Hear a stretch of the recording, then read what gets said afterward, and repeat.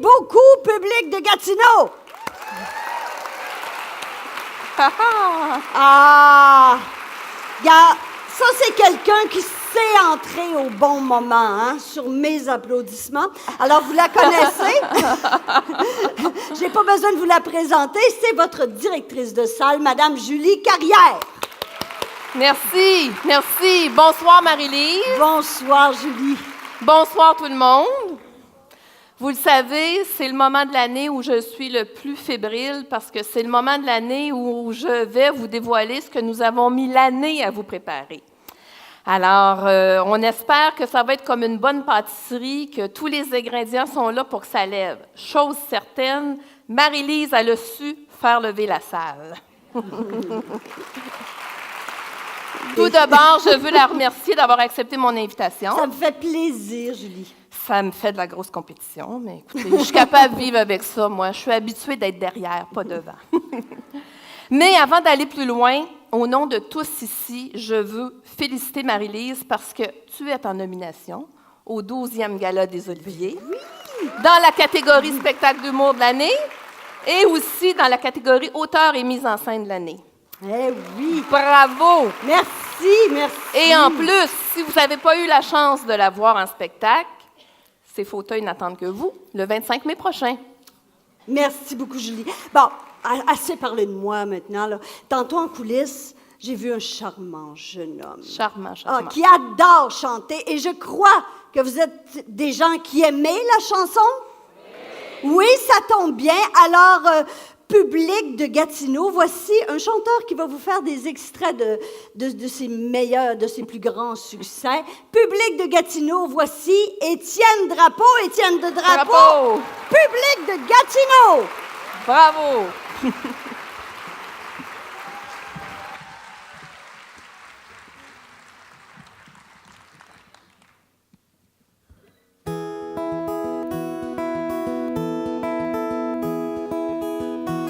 Je l'ai jamais dit à personne, j'ai souvent menti à l'amour, j'ai pleuré la folie des hommes, j'ai été le contre et le pour. Je l'ai jamais dit à personne, je ne suis pas celui que tu vois. Au fond de moi, il y a des couronnes de fleurs posées sur une croix.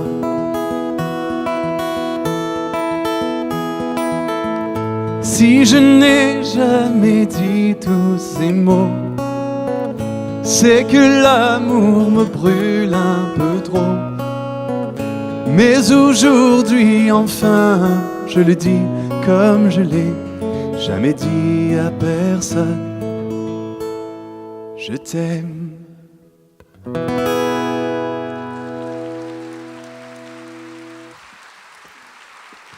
Bonsoir les gens de Gatineau, j'espère que vous allez bien.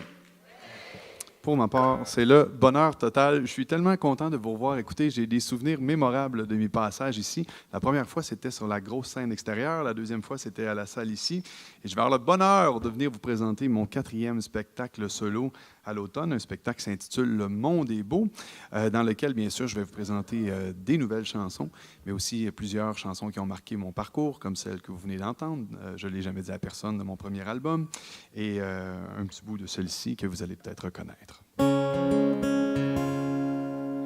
À toutes les femmes que j'aimais, un soir d'automne ou un été, pour une vie ou un frisson, ce soir je vous demande pardon. Pardon de ne pas avoir été un homme assez fort pour aimer. J'en perds mes rêves et la raison.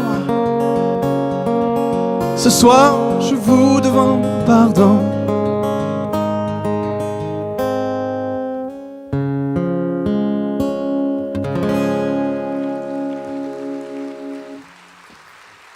Merci beaucoup et je m'en voudrais de vous quitter ce soir sans vous faire un autre petit bout de chanson. Attendez-moi une petite seconde. De ma chanson, je pense, la plus connue et peut-être la plus populaire, que je pense que les femmes aiment bien. On va voir.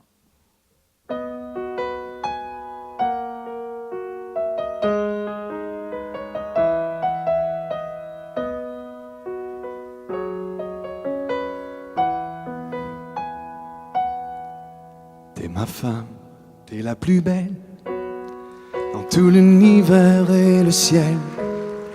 J'ai jamais rien vu d'aussi beau. Pour te décrire, y a pas de mots. T'es ma femme, t'es la plus douce. Et ça me fout parfois la frousse. Juste à l'idée que je pourrais te perdre. Je voudrais mourir, j'en perds le verbe. T'es ma femme, je suis à toi. Je te donne tout ce que je suis. Mes mains, mon regard et ma voix. Mes jours et mes nuits. T'es ma femme, t'es la plus belle. Je te jure sur mon âme et le ciel que chacun de mes je t'aime sera éternel.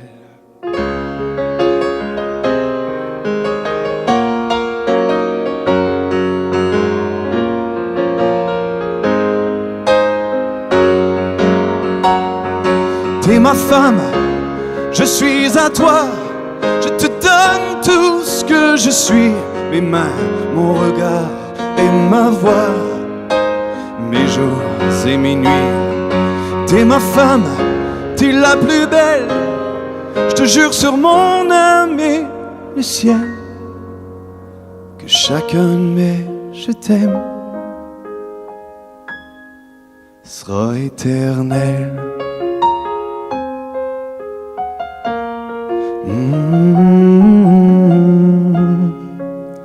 T'es ma femme, t'es la plus belle.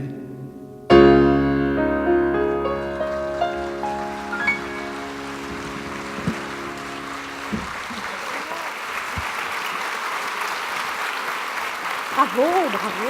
Marie-Lise, Bravo. savais-tu que j'avais écrit cette chanson-là pour toi? Ah, ben là. Je le savais pas, mais je m'en doutais. Ouais. Ah, ben OK, c'est beau. Ah, C'est correct, j'ai pas de problème. Hey, bravo, bravo, Merci bravo. beaucoup. Ton nouvel album s'appelle Le Monde est beau. Oui. Le Monde est beau. Pourquoi? Tu vois le monde en beauté? Ben, je suis un gars essentiellement, fondamentalement, très positif. J'ai voulu amener les gens dans ce courant-là. Dans la chanson, je dis « Le monde est beau quand on y met un peu du sien. C'est un sourire abandonné, c'est une caresse dans le regard, c'est l'ami qui nous a manqué, qu'il nous tarde de revoir. » Je fais le pari que les gens ont envie d'avoir un petit peu plus de positif dans leur vie et j'espère que les gens vont embarquer avec moi dans cet univers-là. À l'automne, c'est mon 3e passage ici. J'ai eu beaucoup de plaisir avec vous, d'ailleurs, les dernières fois. T'es un grand romantique. Oui, je m'en cache pas, d'ailleurs. Ah, alors tu parles d'amour dans tes chansons. Des de femmes, quoi un donc? petit peu. C'est quoi les thèmes que tu abordes, à part moi? Oui, c'est ça. Ça, c'est ma plus grande inspiration. Oui. Ben, dans le passé, on m'a connu, vous l'avez vu, par beaucoup de chansons qui parlent d'amour et des femmes. Et j'ai voulu, avec le 4e album, aller un petit peu plus loin. Tu sais, je veux dire, c'est beau, les chansons d'amour, mais je voulais montrer que j'étais capable de faire autre chose. Donc, des chansons à caractère humaniste, très social, sans dire politique. Des chansons qui m'ont... Je suis allé un petit peu ailleurs, je me suis permis d'expérimenter d'autres thèmes. C'est la première fois que je travaille avec une metteur en scène aussi dans le nouveau spectacle. Donc, je lâche un petit peu la guitare, le piano, beaucoup plus de théâtralité. On raconte une histoire, on amène les gens dans plein d'émotions. Là, ce soir, j'étais tout seul à la guitare, au piano, mais là, je vais avoir un band, là, 4 musiciens, puis on fait du rock aussi. Là, c'est pas juste des balades. Fait que les gars, vous pouvez venir pareil, là, OK? Vous n'allez pas trouver ça plate, je vous le jure.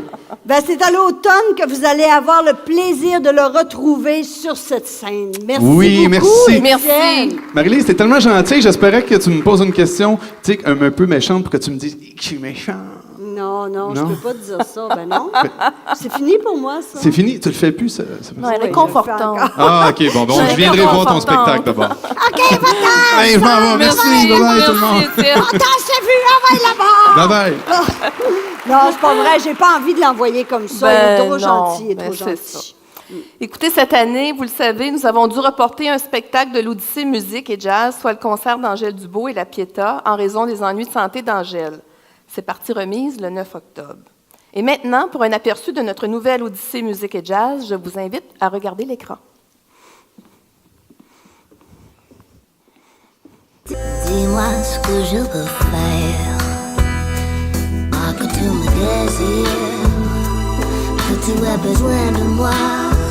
Pourquoi dois-tu te manquer et toujours me tourmenter?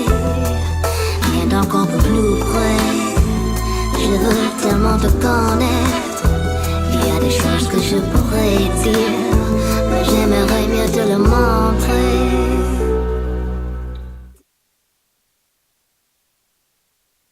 Il faut bien peu de choses, le parfum d'une rose, un sourire qui se pose sur vous bien doucement. J'en fais par vous l'expérience, et c'est pourquoi je pense que un jour de différence, c'est quelquefois beaucoup. Chercheras-tu la voie en chemin ou au-delà?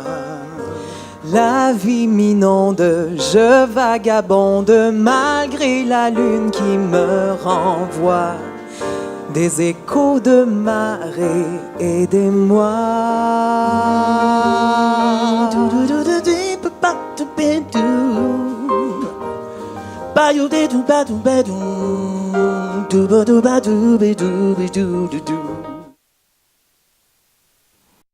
Puis j'imagine là, que quand une artiste de la région te propose un projet musical, tu dois avoir encore plus un parti pris. On peut rien te cacher, Marie-Lise. Cette année ne fait pas exception. Une artiste de chez nous, Nicole Raté, m'a proposé un projet qui réunira sur la scène des gens de tous les âges ayant une passion commune, le jazz. Alors, ce soir, 3 musiciens, 3 chanteurs sont ici pour vous donner un avant-goût du spectacle Le jazz d'une génération à l'autre.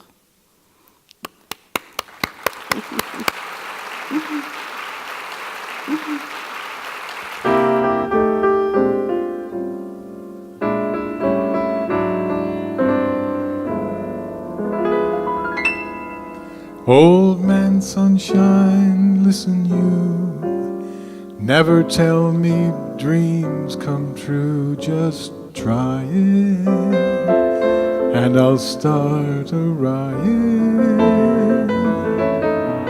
Beatrix Fairfax, don't you dare ever tell me she will care, I'm certain it's the final curtain.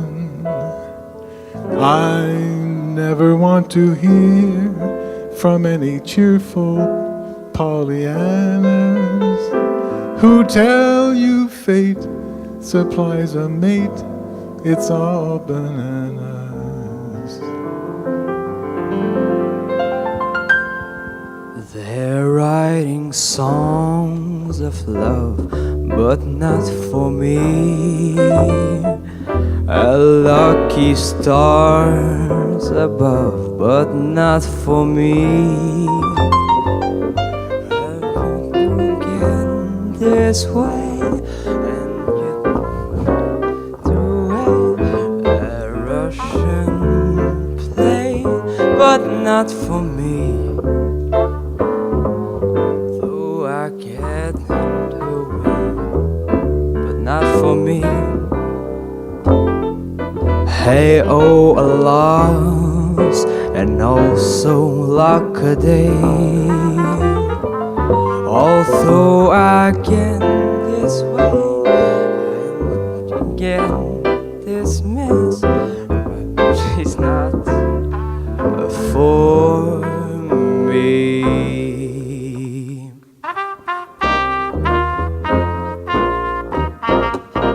Manger des cigarettes, c'est pas pour moi. Fumer des cacahuètes, c'est pas pour moi. Sauter par la fenêtre, tomber dans une poussette et se casser la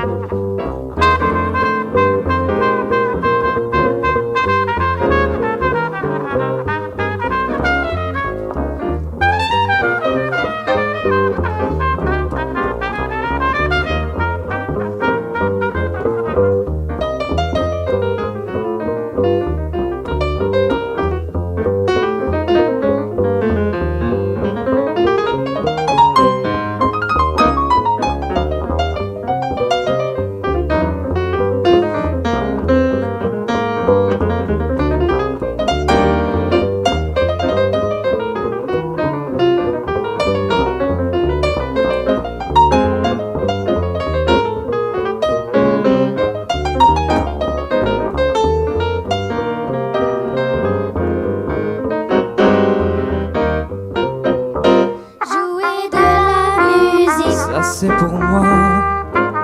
Les percussions d'Afrique. Ça c'est pour moi. La soprano typique, le saxophone rythmique et le piano classique. Ça c'est pour moi. Le canoë kayak. Ça c'est pour moi. Les claquettes patatrac. Ça c'est pour moi. Au concert j'ai le trac. J'prends mes clics et mes claques. Chanter c'est bon pour moi.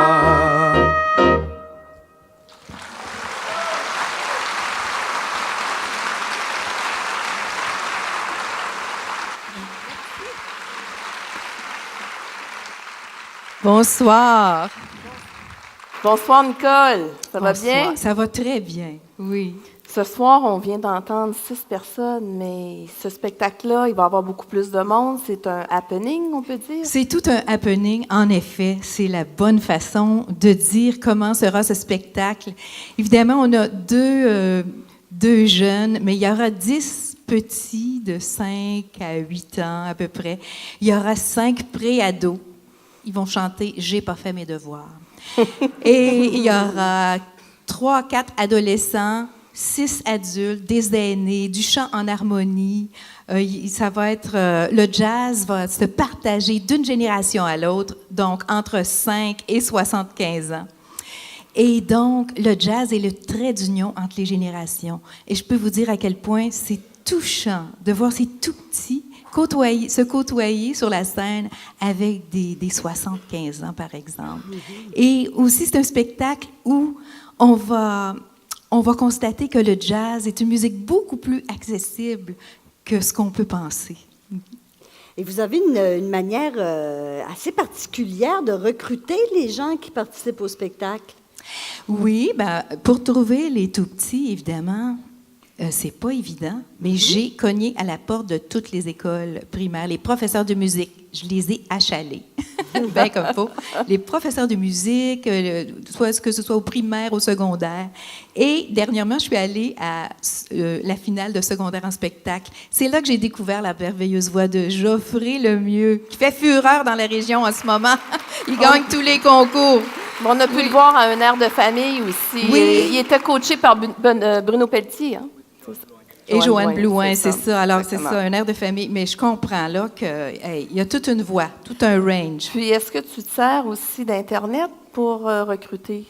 Oui, ben j'ai bâti un site web, le site web sur lequel vous pouvez retrouver des informations au sujet de ce spectacle à jazzgénération avec un s.com. Et les gens peuvent s'inscrire s'il y a des tout petits intéressés. Vous pouvez les inscrire sur Internet. Et je vous dis, ça vaut la peine de venir parce que ça va vous toucher, ce spectacle-là. Alors, merci beaucoup, Nicole, et c'est un rendez-vous le 6 novembre. Merci beaucoup. Merci. Merci. Merci.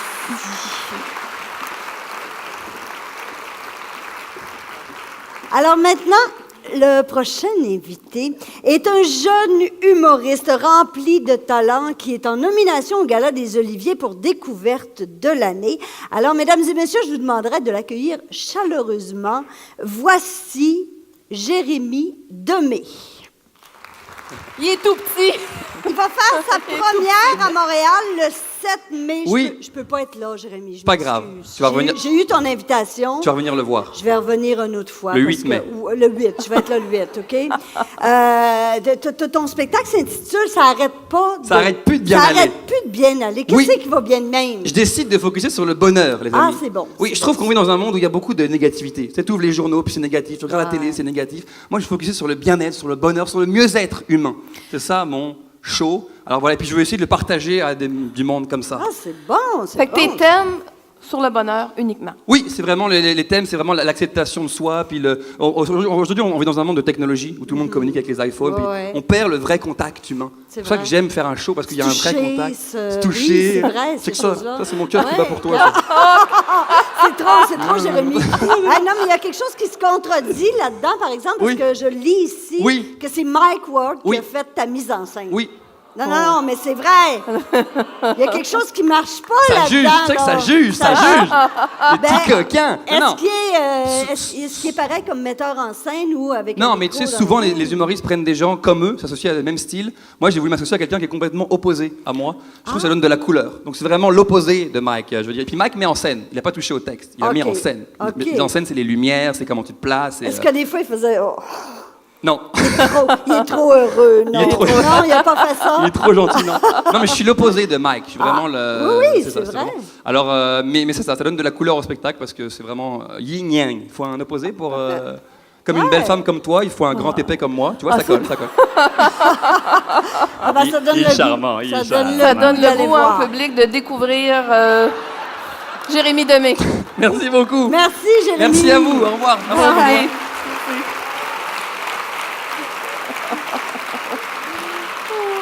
On l'aime. On Déjà. l'aime bien, on l'aime On bien. l'aime déjà. Julie Lassalle Odyssée propose encore cette année une grande variété d'humoristes, des découvertes, comme Jérémy, et aussi des humoristes qui ont fait leurs preuves, comme Laurent Paquin, Alexandre Barrette, Réal Bellan, Jean-Marc Parent, Sugar Sammy, Claudine Mercier, Pierre Hébert. Il y aura aussi Peter McLeod, Dominique et Martin, P.A. Méthode, François Massicotte, François Morancy, André Sauvé, Lise Dion et toi, Marie-Lise. Ben oui. Et puis, sais-tu quoi? Je fête mes 30 ans de carrière déjà cette année. 30 ans! Je suis la doyenne de tous Ça ces paraît pas. humoristes-là. Ça me décourage un peu. Alors, comme je suis la doyenne, j'ai décidé de venir casser la glace pour eux le 25 mai. Ouais, c'est ça. Alors, vous êtes les bienvenus. En variété maintenant, nous aurons le plaisir d'accueillir l'illusionniste Luc Langevin avec son tout premier spectacle. Et pour les enfants, Nicolas Noël viendra présenter son histoire magique. Pour les grands enfants, Ladies Night sera de retour, tout comme la production des Belles-Sœurs. Oui, Marie-Lise. D'ailleurs, ses créateurs René Richard Cyr et Daniel Bélanger font à nouveau tandem sur un texte de Michel Tremblay pour le chant de Sainte-Carmen-de-la-Maine, qui sera ici au mois de février. Pour un avant-goût, on vous invite à regarder l'écran.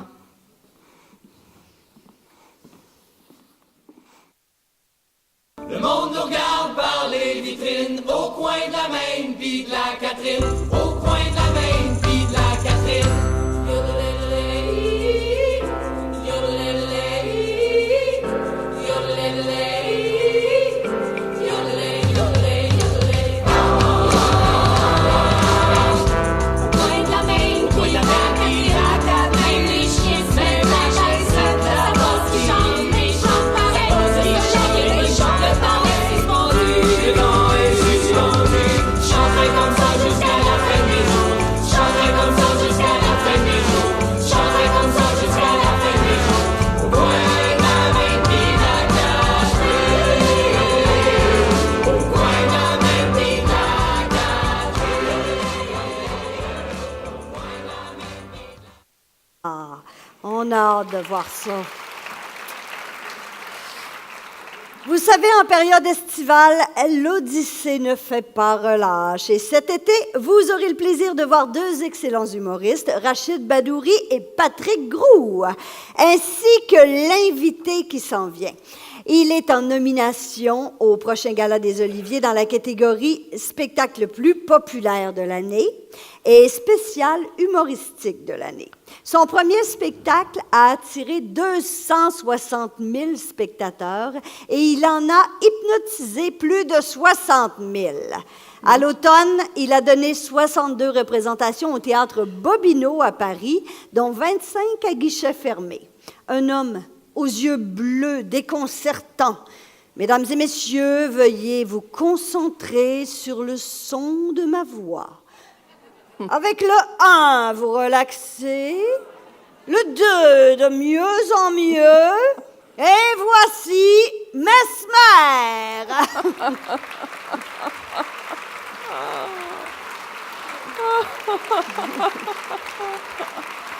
Bonsoir.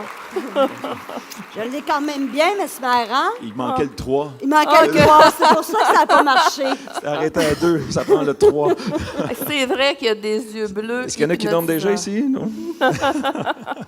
Hein? Des vrais beaux yeux bleus, Ah, mais merci, merci. dangereux. Oui, ils sont naturels en plus. Alors, le théâtre Bobino à guichet fermé, Oui. invité sur les grands plateaux de télé. Les Français, ils ont vraiment craqué pour toi. Ben, ça a été facile, hein? Je les ai endormis. Et à chaque spectacle, je leur disais, vous achetez des nouveaux billets. Alors, ils revenaient. Et on a eu 25 guichets fermés à la fin. Mais quand même, Bobino, c'est un théâtre de 900 places. Au départ, quand même. j'ai commencé, écoute, j'anticipais. Je dis, ça va être dur à remplir, 900 places quand t'es pas connu. On faisait 6 soirs semaine là-bas. Et finalement, il y a beaucoup de gens à Paris qui sortent. Alors, il suffisait d'amener ces gens-là à venir voir mon spectacle. Et les plateaux de télé m'ont donné l'opportunité là-bas. J'ai hypnotisé des grandes vedettes, des gros noms de la télé, comme Nagui, là-bas, un animateur très connu là-bas, Oui. et Arthur, qui anime les enfants de la télé là-bas, que j'ai endormi sur le plateau. Alors, ça m'a donné une crédibilité rapidement là-bas. Oui, ça aide beaucoup la Oui, télé. Et dans ton premier spectacle, tu es à la fois drôle et mystérieux, avec de l'hypnose, tout le côté scientifique. Dis-moi à quoi... Ben, moi, je le sais parce que j'ai vu ton spectacle, que j'ai bien aimé. Mais dis-moi, explique aux gens à quoi on peut s'attendre avec le deuxième spectacle. Bon, dans le deuxième spectacle, on va vraiment plus loin dans ce que j'ai pu présenter. Dans le premier, on était un peu inspiré des années 20, années 30, les théâtres burlesques de rue qui se déplaçaient de ville en ville. Et dans le second spectacle, il s'appelle Intemporel. Alors, le temps n'existe plus. J'emmène les gens voyager à travers le temps. Et j'amène les gens voyager à travers le temps, à travers leur subconscient aussi. Au niveau du subconscient, lorsque nous sommes au niveau du subconscient, le temps n'existe plus, l'espace n'existe plus. Alors, je propose des aventures aux gens sur scène. Et ces gens-là vivent le rêve que je propose. Alors, je peux les ramener à la création de l'homme, et eux s'imaginent vraiment être à cette époque-là, ou je peux faire aussi une rétrospective des films qui ont marqué ma vie dans les années 80. Alors, ces gens-là deviennent des acteurs interposés par leur imaginaire. Moi, je suis là pour les guider dans leurs rêves, et ils vont vivre justement les phénomènes que je propose. Alors, si je dis à quelqu'un, vous êtes Rocky Balboa, vous affrontez Apollo Creed dans un combat de boxe, la personne s'imagine vraiment être ce personnage et vit le rêve que je leur propose sur scène. Alors, c'est vraiment palpitant. Alors, on va vraiment très, très loin. Même un numéro que je fais aussi où on va plus loin, c'est que je démontre la puissance du subconscient sur scène avec un numéro où j'enlève une phobie à quelqu'un. Alors, je dis pas qu'est-ce qu'on fait, mais j'emmène quelque chose de vivant sur scène. Et à ce moment-là, je vois une personne qui a peur ou de telle ou telle chose.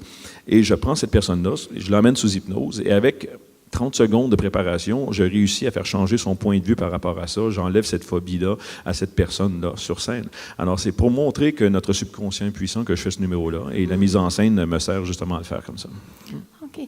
Les gens, c'est quand même assez particulier parce que les gens viennent te voir 2 fois, 3 fois. Oui. Ben, c'est ça. Comment tu peux expliquer ça? Je les endors. C'est ma marque de commerce. Alors, c'est pour ça qu'on a vendu 266 000 billets de du premier spectacle. Non, mais c'est que à chaque soir, c'est différent. Nous avons une mise en scène qui est établie, mais c'est sûr que ça va aller d'un côté ou de l'autre, tout dépendant de ce que la personne vit sur scène. Une personne sur scène qui est sous hypnose va agir selon ses valeurs profondes, ses capacités physiques, son émotion. Alors, ça va nous donner une couleur différente à chaque spectacle. Et les gens, est-ce qu'il y en a des gens ici qui ont vu mon ancien spectacle par applaudissement? Oui, oui. Alors, c'est différent chaque soir parce que les gens sur scène sont différents. C'est le public qui participe. C'est le public aussi aime vivre l'expérience. Alors, les gens remontent sur scène pour vivre l'aventure. C'est comme aller dans un parc d'attractions. Hein. Si on aime faire le manège, exemple, le monstre à la ronde, on le fait pas seulement qu'une fois. Alors, mon spectacle est un peu comme ça. Si on vit l'aventure une fois sur scène, on a le goût de le refaire, on a le goût de le vivre parce qu'on récupère beaucoup de sommeil en hypnose. On récupère 3 heures de sommeil en 15 minutes. Ça, Alors, j'aimerais ça. juste pour ça, ça vaut la peine de vivre l'expérience. Je viens de vous convaincre, là. Non, mais c'est fou à quel point les gens ont envie de participer. Oui. Moi, j'ai rarement vu des gens dans la salle, dès que tu dis êtes-vous prêts, on va faire un test de réceptivité, tout le monde dans la salle, c'est comme je ne sais pas comment les mains, je me souviens plus. Oui, là, mais en c'est les tout 2 cas, mains collées ensemble les ou 2 il y a mains plusieurs collées tests. ensemble. Ouais. Mais tout le monde, moi la première, je l'ai faite, Oui. tout le monde a envie de participer, ont envie que Toi, ça marche. Marie-Lise, ça a-tu marché? Non, ça n'a pas marché. Il a déjà essayé dans une loge. On était tout seuls, et ça Ah, n'a pas marché. Marie-Lise, on a fait d'autres choses dans une loge. C'est pas vrai. Non, mais je suis certaine qu'il y a des gens dans la salle qui aimeraient te poser des questions. Oui. Est-ce qu'il y en Oui. a qui auraient des questions à poser à Mesmer? Ah, monsieur.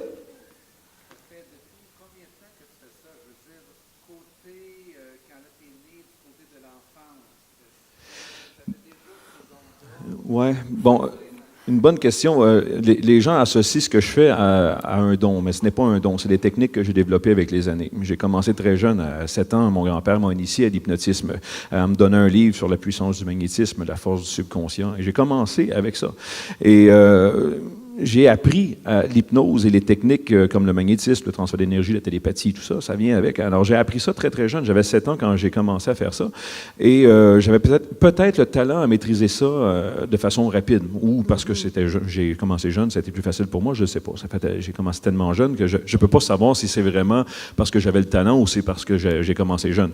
Mais aujourd'hui, ça fait maintenant 35 ans que je fais de la scène et que j'ai développé mes propres techniques qui m'aident à emmener une personne dans un état d'hypnose en 7 secondes, 5 secondes ou même 2 secondes, tout dépend des gens. Tu l'as vu, Marie-Lise, comment ça tombe rapidement dans la salle. Tellement vite. Oui, alors j'ai commencé très, très jeune à maîtriser ça et les gens me posent la question aussi, ça me fait penser. La première personne que tu as hypnotisée, j'avais 9 ans quand j'ai hypnotisé ma première personne et c'est mon assistant aujourd'hui qui me suit dans ma tournée, Saint-Clair. Oui. Alors, je l'ai hypnotisé, il travaille gratuitement depuis ce temps-là. Est-ce que quelqu'un a une autre question à poser, ma soeur? Oui?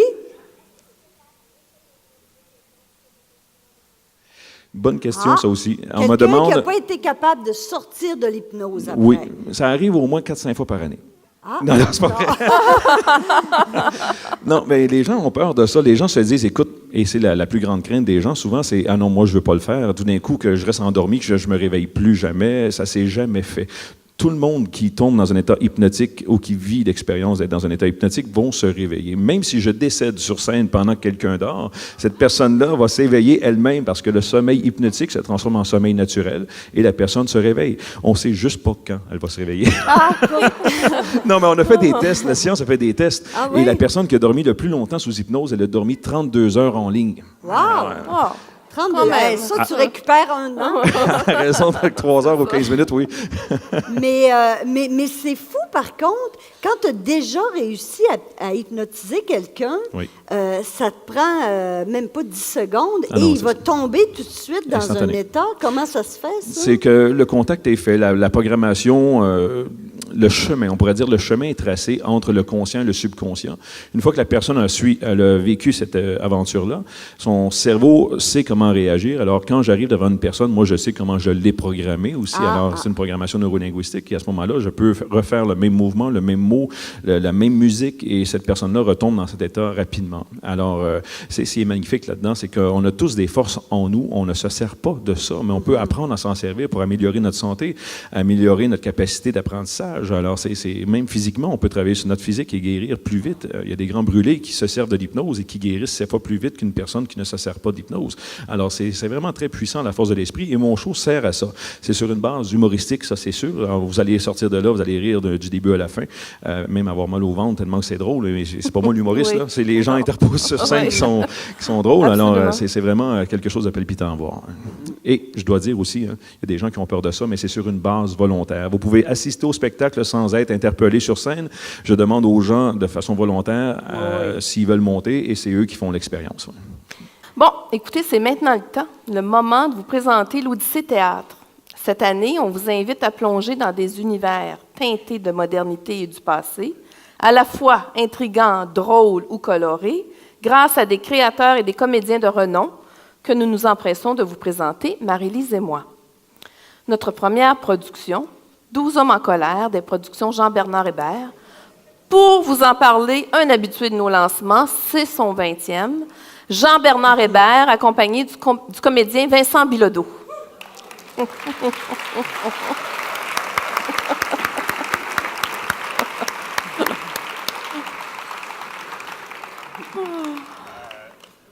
fait demander où sont les billets de Mesmer. Il veut récupérer, lui. Bonsoir. Ça va bien? Bienvenue, oui. Jean-Bernard. Merci à vous deux d'être là. Merci Jean-Bernard. Ça y est, embrasse-moi le micro. Prenez place. Alors Jean-Bernard, je peux te tutoyer. Jean-Bernard a déjà été mon producteur dans la seule pièce. On a travaillé théâtre ensemble au théâtre. Oui, pour les Amazones. Très bonne d'ailleurs. Merci. Thank you, gracias. Si je ne m'abuse, Jean-Bernard, c'est pas la première fois que tu produis 12 hommes en colère. Pourquoi reprendre du service avec cette pièce? Écoute, c'est Pierre Rousseau au Théâtre Denise-Pelletier, sous l'insistance de mon ami Vincent, qui a proposé le projet au Théâtre Denise-Pelletier. Pendant plusieurs années. Et finalement, l'an dernier, Pierre a dit oui. Et l'engouement, on a eu 30-35 représentations à guichet fermé. Et vu le succès remporté au Théâtre Denise-Pelletier, j'ai dit, écoutez, comédiens, amis, camarades, pourquoi on ne fait pas une 3e, 4e tournée, je crois? Ouais. Et puis, tout le monde était disponible, donc on est parti en tournée. Alors, tu réponds à ma prochaine question. Si tout le monde était disponible, ça veut dire vous repartez avec la même distribution. La même distribution. La même distribution que l'automne dernier. Elle évolue un petit peu quand même au fil des ans. Depuis qu'on l'a créée il y a 13 ans. 13 ans. En 2000. Il y a 13 ans, oui, c'est ça. Ça a évolué quelque peu, mais la majorité des acteurs qui étaient là au début sont là. Je pense qu'il y en a 3, 4 qui ont Il y a eu quelques permutations de rôle. Vincent, vous êtes là depuis le début. Moi, je suis là depuis le début, mais pas dans le même rôle. De mémoire, savez-vous qui sont là? De mémoire? J'ai pas la mémoire des noms, mais la mémoire des numéros. C'est des numéros, hein? Il va donner tous les numéros de téléphone de tous les acteurs qui sont là. Alors, vous reprenez quel rôle, Vincent? Moi, je reprends le numéro 3, c'est-à-dire qu'au départ, quand on a... Le jury numéro 3. Le jury numéro 3. Au départ, quand j'avais créé, on l'avait créé à Terrebonne. À Terrebonne. Je faisais le numéro 7. D'ailleurs, Bernard Fortin, qui est ici ce soir, a joué le numéro 7. En 2006. Il y a quelques années. Bernard. Et il était très bon, d'ailleurs. Non, c'est vrai. Malheureusement, il n'a pas pu le faire avec nous l'automne dernier. Mais bref, donc j'avais commencé avec le numéro 7, le comique. Et puis, c'est Raymond Bouchard qui faisait le numéro 3 à l'époque. Il n'a pas pu faire la 3e tournée. Depuis ce temps-là, j'ai pris le numéro 3, et qui est le rôle du méchant. Okay. Et depuis ce temps-là, il n'y a personne qui a le droit de prendre ce rôle-là, à part moi. C'est Vincent. C'est terminé. Il fait un excellent méchant. J'ai mis la main dessus, puis je ne le lâche plus. C'est un rôle, c'est une pièce. Bon, on l'a dit des milliers de fois, c'est un chef-d'œuvre. Vraiment, c'est une pièce extraordinaire. Superbement écrite. On est rendu à 186 représentations depuis, depuis toutes ces années. J'ai dit au gars de Brou, là, checkez-vous, on arrive. On va vous rattraper, ce sera pas long. Puis là, il y a quelque chose qui m'a échappé, puis je n'ai même pas parlé à Marie-Lise, mais je pense que c'est important que je vous le dise. Jean-Bernard a été décoré de l'Ordre de la Pléiade par le gouvernement du Québec dernièrement. Il y a un mois. Alors, en même temps que Pierre-Carl Pellado, d'ailleurs. Alors, bravo. Merci. Ça, c'est pour ta passion pour le théâtre, puis tenir ça à bout de bras. 28 ans de métier, là, ça fait déjà 28 ans, puis aussi l'implication. Tu les fais pas, hein? Tu ne fais pas 28 ans. Merci, Vincent. Et aussi tout ce qu'on a fait des tournées, tout ça, mais également dans l'Ouest canadien. Une belle reconnaissance. Oui, je suis très content. Et puis il joue dans le spectacle en plus. Oui. Il ne fait pas juste le promouvoir, il joue dedans. Non, toi, Jean-Bernard, c'est quoi ton rôle, Jean-Bernard? Le jury numéro 4, le courtier en bourse, le gambiste. Le gars sérieux. Le rationnel. Oui, c'est ça. OK, donc tu as décidé de jouer aussi. Absolument. C'est fun. Il est là qui check. Il nous suit partout en tournée. C'est ça. Il fait le gars de la bourse qui check la bourse. Aussi. C'est important aussi peut-être de dire que cette pièce-là, bon, ça fait quand même 13 ans qu'on la joue, mais c'est un suspense. C'est un suspense judiciaire. C'est le sujet à la base est bon, c'est assez sérieux, c'est assez dramatique, assez élevé et même tragique. Oui. C'est l'histoire d'un procès pour un jeune homme qui est accusé du meurtre de son père, d'avoir poignardé son père. Alors, a priori, là, c'est pas un show humoristique. Mais il y a des choses très drôles parce que c'est une pièce... je sais pas, est-ce qu'il y a des gens qui l'ont déjà vue? C'est-tu bon, hein? Allez-vous venir? Enfin, c'est ça que je voulais entendre. Alors, c'est une pièce qui a tout, en fait. C'est une pièce qui a des sentiments très, très, très profonds, des rencontres. Et c'est aussi c'est un peu le kaléidoscope des sentiments et des personnalités. De la nature humaine. Voilà. Bien sûr, on est dans les années 50 à New York. Ce sont seulement des hommes blancs. Bien sûr, il n'y a pas de femmes, il n'y a pas d'hommes de couleur. Bien sûr, parce qu'à cette époque-là, les jurys n'étaient composés que d'hommes blancs. Mais dans ce groupe-là se retrouvent tous les caractères. Alors, tout le monde va se reconnaître là-dedans. On connaît tous quelqu'un ou on est tous comme un de ces personnages-là. Absolument. Et ça va très, très, très loin. Ça va Ben là, dites pas le punch. Non, je ne le dirai pas, parce que le punch arrive à la dernière réplique. À Vous savez, c'est ce procès. La dernière réplique Voilà. de la pièce. Voilà. Alors, Donc, c'est pour ça qu'on parle d'un suspense jeudi. ah ouais, c'est assez trilant. Alors, merci beaucoup à vous deux. Merci. Un rendez-vous les 1er 2 novembre. 1er 2 novembre 2013. Tous On va hommes en être ici, colère. dans la Merci. joie. Merci. Merci. Merci, Julie. Merci, Marie. Merci. Merci. Alors, la prochaine production du théâtre Fracas va nous faire aimer les lundis, c'est presque un miracle, hein? Avec une pièce qui s'intitule « Vivement lundi ». Pour en parler avec nous, le metteur en scène Bernard Fortin et une des comédiennes, France Pilote.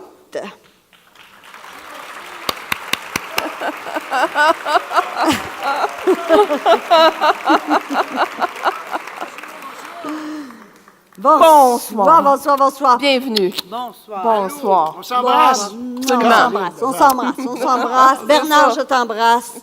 Bon, on s'embrassera tantôt. Comme si c'était fait. On s'embrasse tantôt. C'est long, ça double la soirée juste s'embrasser, tu sais. Ben oui, Ça peut être long. Première question. On s'était jamais embrassés. France Pilote, Ben oui. sommes-nous des sœurs? Écoute, quand Claire Lamarche m'a téléphoné, Non. j'ai dit ben non. On n'est pas parentes, hein? Non. J'aurais tellement été mal à l'aise si tu m'avais dit oui, Ben, là. écoute, Non, mais imaginez de quoi j'aurais eu l'air. Je connais pas ma sœur, quelque chose du genre. c'est ça. Mais as-tu remarqué, je mets 2 T. Oui, Oui, c'est mon père a dit, à un moment donné, ça prend une une petite imposteur. différence. Je me suis dit, c'est une Ah, imposteur. lui, c'est drôle, c'est du comté de Charlevoix. Ah, Toute la famille met avec un T. Lui, en mettait 2. Il trouvait que c'était plus groundé. Je vais vous laisser, un quelques original. minutes. Moi, je vais revenir, ça ne sera pas long. J'ai mon char qui c'était roule Bernard dans le Fortin. stationnement. non, viens t'asseoir, J'ai Bernard. laissé les enfants à la fenêtre un peu ouverte. Les chiens sont dans le... France, tu as fondé la compagnie du théâtre Fracas en 2000? Oui. 13 ans pour une compagnie privée qui reçoit aucune subvention. Ça, c'est presque un miracle, ça.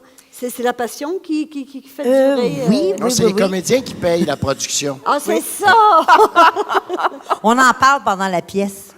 Non, mais vraiment, au tout début, c'était vraiment... je me suis dit, moi, j'aime le théâtre, j'ose. Et tranquillement, bien, j'ai commencé à engager des gens du milieu, dont moi, je me disais, hey, ça serait le fun. Et puis, s'embarquer. Puis aujourd'hui, ben, ça va très bien. Fait que, puis là, j'ai Bernard. Et là, la tu mise en joues scène. dans la pièce. Oui, mais moi, j'ai toujours joué dedans. Tu joues toujours dans Ouais, la pièce. Et ouais. quel est ton rôle dans cette pièce? Bien, c'est 2 couples. Ah, OK. Alors, il y a Pierrette Robitaille et Luc Oh. Fené. Puis moi, avec Jacques Girard. Et Pierrette est ma sœur. Ah, c'est formidable. Ah, c'est une productrice incroyable, formidable, la nouvelle génération, le 2G, là, les nouveaux producteurs. Là. Pas 2G, les 2.0, 5G, c'est 4G, là, le point G, je connais pas ça. Mais en tout cas, c'est pas ça, c'est qu'elle elle est formidable. Cette fille-là, il y a pas longtemps, elle était chez Hydro-Québec. Elle n'était pas actrice ou à peine, mais en tout cas, elle produisait au théâtre et tout ça. Et elle a décidé à un moment donné qu'elle lâchait Hydro-Québec, elle lâchait sa job et tout ça. Il y a eu une panne d'électricité cette journée-là. J'ai mis le switch à off. Complètement. Et de se lancer dans ce métier-là, d'abord comme productrice de théâtre et jouer aussi à ton théâtre. Ouais. Et là, tout d'un coup, Unité 9, Mémoire vive et tout ça. 19-2, je viens de mourir. 19-2, et dans toutes les productions, elle est incroyable. Elle a une soif aussi de jouer et de faire jouer, d'engager des amis, de faire monter des belles troupes et des belles gangs. Et moi, c'est un grand bonheur d'être avec votre compagnie cette année. Puis toi, cette année, tu y vas comme metteur en scène, mais Oui. depuis quelques années, tu as beaucoup travaillé, genre à doubler Tom Hanks, Alvin et les Chipmunks, pour ne pardon. nommer que Oui. ceux-là. Oui. Tu as joué aussi dans l'excellente comédie Double Vie de Juste pour rire. Oui, qu'on a joué ici l'an Oui, qu'on dernier, a oui. joué ici. Puis Oui. maintenant, la mise en scène. Oui. Est-ce que c'est facile de passer de comédien à doubleur à la mise en C'est scène? surtout moins payant. Non, c'est pas vrai. Non. C'est-tu facile? Ben, le métier qu'on fait, nous autres, on passe de différents rôles à différents rôles. On passe de la comédie au drame. Oui, on va faire du doublage. Oui, on fait de la télévision. Oui, on fait du téléroman, de la télésérie ou tantôt du cinéma. Alors, on est habitué de changer, d'embarquer dans différents projets. C'est sûr, comme metteur en scène, peut-être pas tout le monde qui a cette espèce de façon d'orchestrer tout et de penser à distribution répétitions, choisir des textes, monter la pièce, avoir les idées, travailler avec les scénographes, avec l'équipe, c'est autre chose complètement. Mais il reste qu'on a vécu ça. Moi, ça fait 30 ans que je travaille sur différents plateaux et que je rencontre des acteurs et je travaille avec des acteurs. Là, le faire comme metteur en scène, je suis vraiment pas... je suis dans mon élément. J'imagine que quand tu es à lire un texte, tu as tout de suite une idée des rôles. Ah oui, oui, le casting, parce que c'est ça, le choix des personnages, le casting, on les voit. Dans notre pièce, dans Vivement lundi, Création québécoise, je veux le mentionner, une auteure qui s'appelle Carole Tremblay, qui fait succès depuis quelques années dans différents théâtres, entre autres l'été aussi. Qui est joué un peu partout. Une création. Pierrette Robitaille, qui fait partie de la distribution. On a-tu l'affiche ici? Regarde, on va les nommer. Hey, on est-tu beau? Vous êtes beau pas à peu près. Moi, je joue pas dans la pièce. La petite c'est le mouton noir, c'est un metteur en scène. Luc Sonnet, France Pilote et Jacques Girard, quatuor qui forment en fait deux couples. Et la pièce tourne autour justement du couple. On connaît tous un couple. On a vécu en couple. Nos parents étaient en couple. Nos frères, nos sœurs, nos cousins, nos cousines. C'est des personnages qui vous ressemblent, qui nous ressemblent. C'est les côtés, les beaux côtés et les mauvais côtés du couple. La pièce commence... C'est une comédie de situation. Oui, totalement. On pourrait voir ça comme une sitcom à télé, mais en 1h30 ou 2 heures sur scène. Beau personnage, une écriture bien ficelée, une auteure vraiment ravissante, drôle, touchante. C'est intelligent. Les textes se disent facilement. C'est proche du monde. C'est nous autres. C'est pour ça qu'on est allé vers une auteure québécoise. Ça se passe un week-end. Hein? On a toujours hâte en tant que couple au week-end parce qu'on se dit ça va être le fun. On va faire plein de choses. On va se retrouver. Mais des fois, tu sais, c'est les défauts qui reviennent aussi. Il y a des affaires qui nous tapent ses nerfs. On a hâte à lundi. Alors, vivement lundi. Merci vous deux. Merci à vous autres. Merci que vous soyez là. Merci de nous recevoir. Et on est lundi. Oui. Merci. De plaisir. Merci beaucoup. La prochaine pièce va vous emmener dans le sud de la France avec Marius et Fanny. Ce texte de Marcel Pagnol est une magnifique histoire de famille et d'amour centrée sur Marius qui décide de partir au loin, laissant derrière lui son père et son amoureuse. Inquiétez-vous pas, je dirai pas le punch. Le metteur en scène, Normand Chouinard, a rassemblé toute une distribution avec Rémi Girard dans le rôle du paternel, Sophie Fauché, Daniel Lorrain et plusieurs autres. C'est donc un rendez-vous en mars prochain. La saison prochaine, vous découvrirez également la compagnie Le Petit Théâtre du Nord avec la pièce Enfantillage. Pour vous parler de cette production, accueillons l'auteur François Archambault.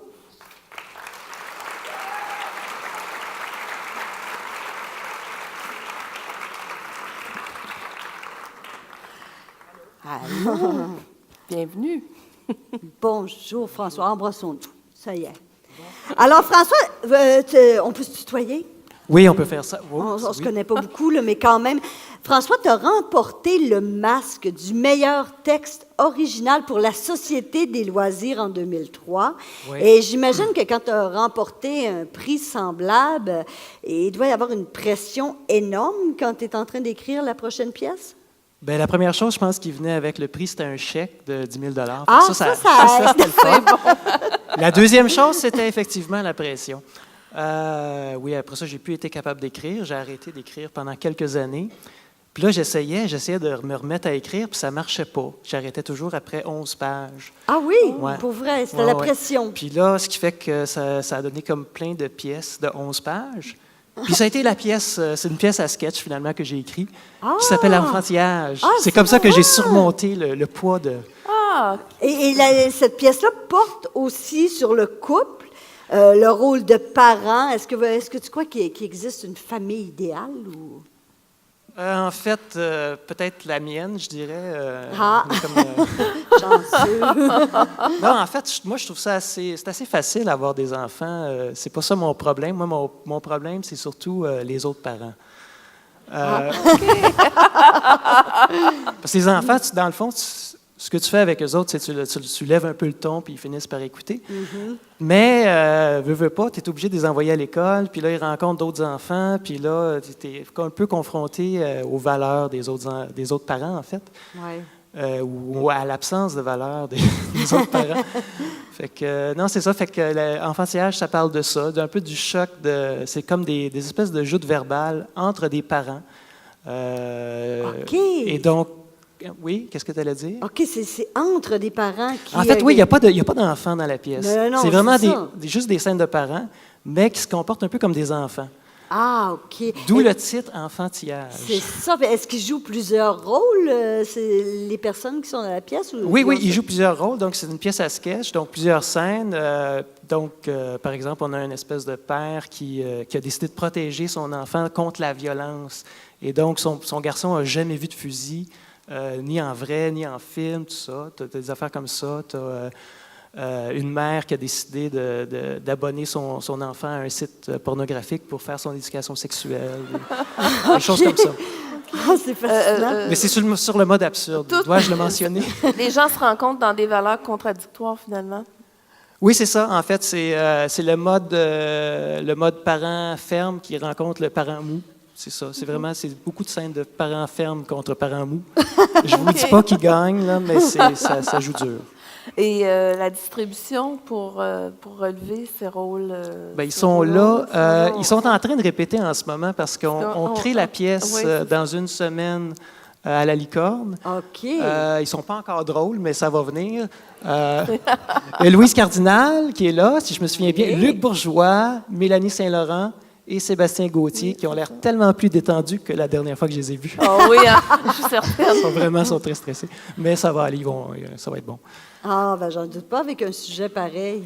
Alors, merci beaucoup, François Chambaud. C'est un plaisir. Merci, on a bien hâte de voir ça. Salut. Merci.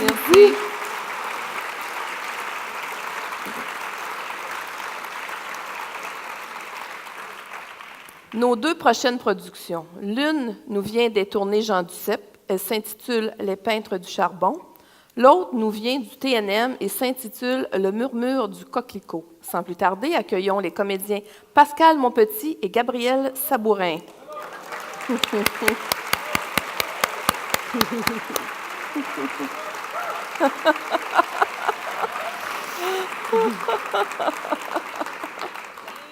Allô?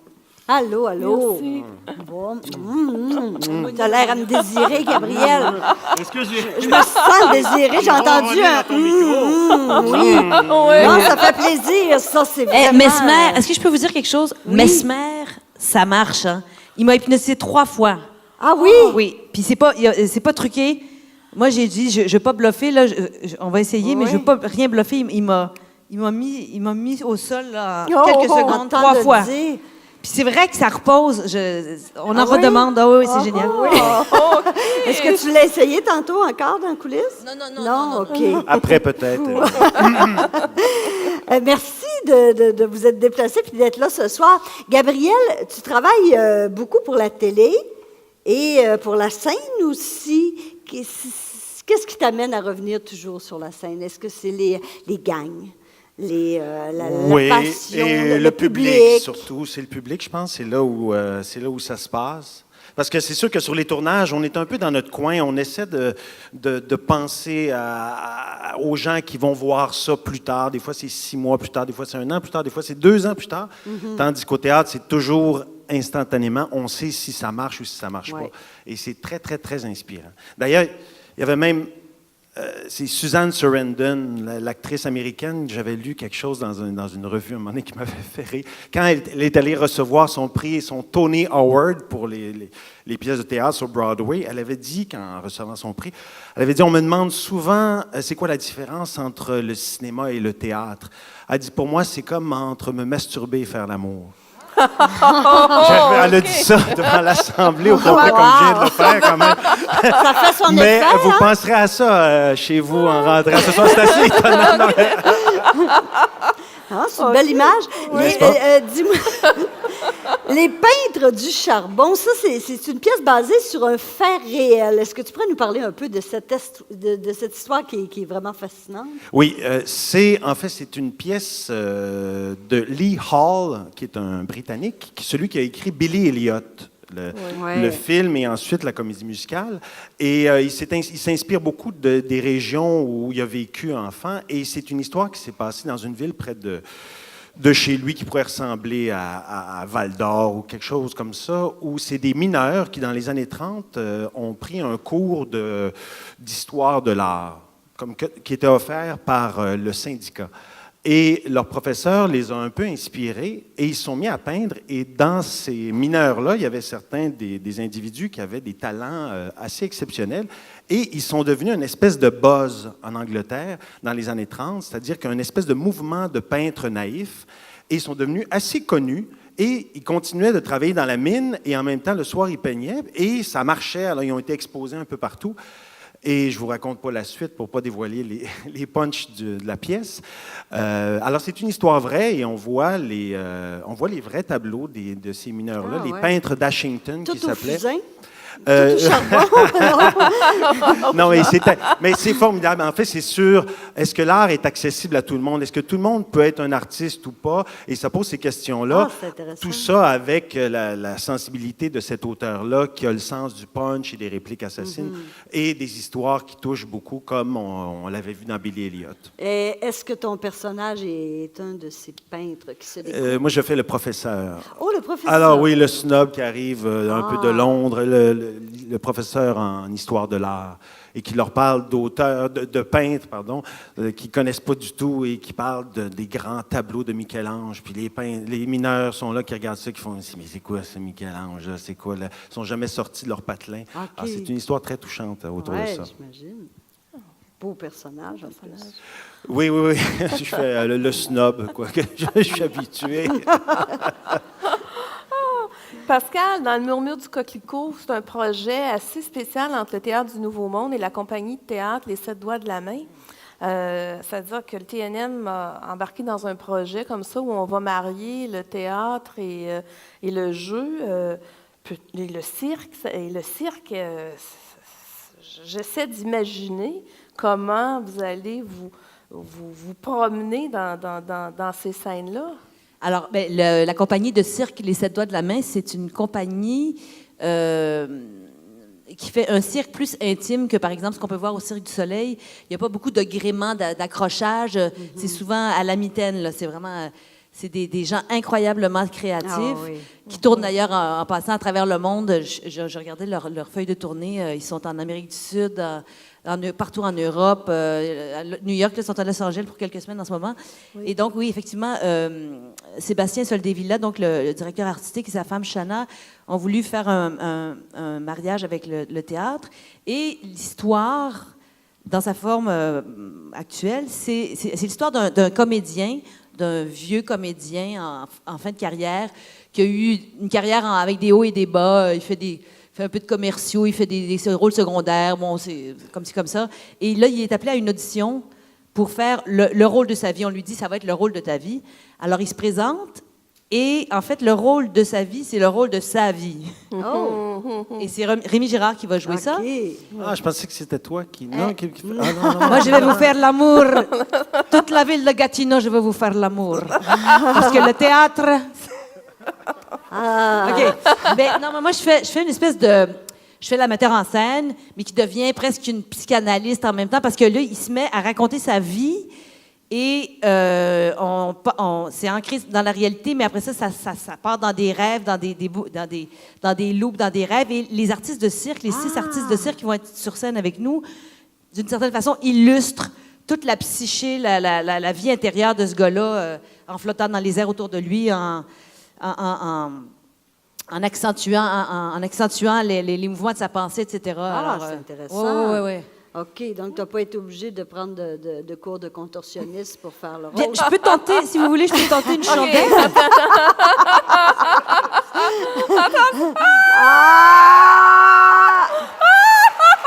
Quand même!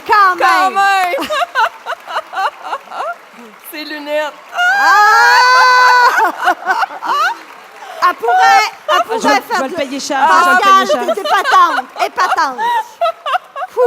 Non, mais ça se peut qu'on fasse des petites choses dans les airs. Oh, ah oui, t'as pas le vertige? Non, ça va. Ah oui. Ah, fascinante quand même. Ah, bravo, Hey. bravo. Hey, à vous, les filles, faites ça, faites ça. Faites ça. Allez, non. allez. À moins que Mesmer nous hypnotise pour nous dire vous êtes rendus des gymnastes, go la split, mais non. Ah, ben ça va vraiment être... Puis le murmure du fascinant. coquelicot, en fait, la mère de cet acteur-là, on va apprendre qu'elle lui donnait de la tisane au coquelicot. Le coquelicot, c'est un opiacé qui est un somnifère. Alors, sa maman, quand il était petit, elle lui donnait des tisanes au coquelicot. Alors, il se rappelle de tout ça. En tout cas, c'est comme un long voyage dans sa vie, ses rêves.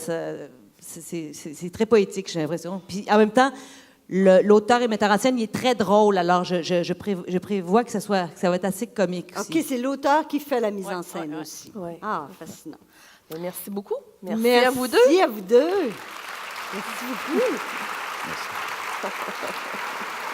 Ah, que vous êtes chanceux, vous allez avoir plein de belles pièces à voir. De belles rencontres Oui, à prévoir. oui. Mais vous savez, notre aventure avec le Théâtre du Nouveau Monde, dans le cadre des sorties du TNM, dure depuis 17 ans. Et j'en suis très fière. Cette année encore, nous recevrons 2 productions. Et pour nous parler de cette 2e production, 2 créateurs exceptionnels, Michel Lemieux et Victor Pilon.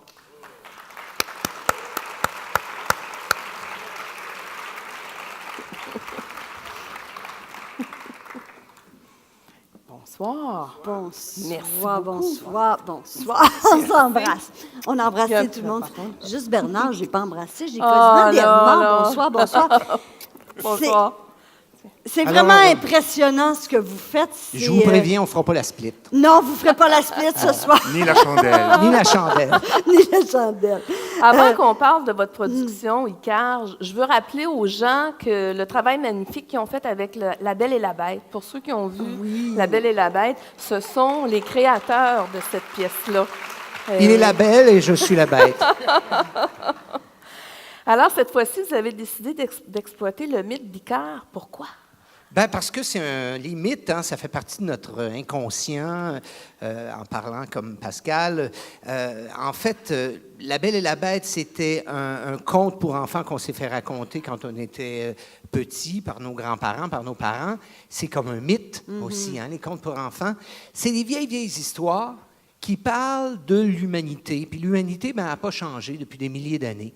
Et c'est une source d'inspiration, en fait, parce que Icare, on se souvient, c'est ce personnage dont le père fabrique des ailes pour qu'il puisse s'évader du labyrinthe. Et il dit à son fils Icare, ne t'approche pas trop proche du soleil parce que tu vas te brûler les ailes. Et c'est ce qu'il fait, il s'approche trop proche du soleil, il se brûle les ailes, il s'abîme dans la mer. Donc, c'est un spectacle, si on le transpose aujourd'hui, c'est d'abord une relation père-fils. On sait comment c'est délicat, les relations père-fils. On ne se dit pas toujours les vraies affaires. On veut se dire qu'on s'aime, mais c'est dur, parce que la masculinité, parce que toutes sortes de pudeurs. Mais c'est aussi un spectacle qui va parler d'ambition.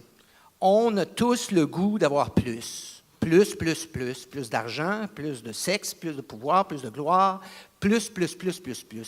Est-ce qu'on va un jour arriver à se contenter ou on va se brûler les ailes?